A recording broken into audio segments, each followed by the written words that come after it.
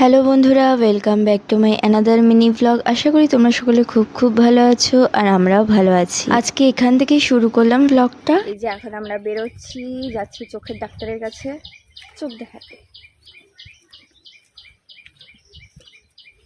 বছর দুয়েক আগে লকডাউনের সময় আমার মায়ের চোখে স্ট্রোক করে। তারপর থেকে ট্রিটমেন্ট চলতে থাকে কন্টিনিউ। বছরে অন্তত দুবার ডাক্তার ওনাকে চেক আপে যেতে বলেছিল, কিন্তু ওনার গাফিলতি। তা আমি যখন এসেছি আর আজকে তোমাদের দাদাভাইও বাড়িতে রয়েছে, তা সেজন্য দুটো মেয়েকে তোমাদের দাদাভাইয়ের কাছে রেখে এখন এই যে যাচ্ছি ডাক্তারের কাছে। মাও অনেকদিন ধরে বলছিল চোখের সমস্যা করছে, চোখে মনে হচ্ছে ইনফেকশন হচ্ছে। তা ভাবলাম যে চলো আজকে যাওয়া যাক। আজকের আকাশটা জানো তো দেখতে অসাধারণ লাগছিল, দেখো বন্ধুরা। আর সেরকম রোদও ছিল। রোদের জন্য আমি তো ঠিক মতন তাকাতেই পারছিলাম না, আর আমার সানগ্লাসটা আরাধ্যা ভেঙেই দিয়েছে।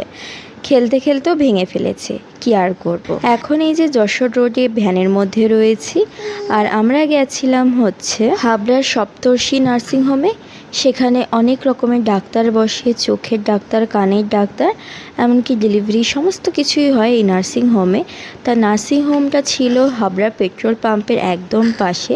তা আমি প্রথমে বুঝতে পারছিলাম না, তারপর মা আমাকে আস্তে আস্তে দেখিয়ে নিয়ে যায়। আর দেখো চলেই এসেছি, ভেতরে অনেক পেশেন্ট বসেছিল।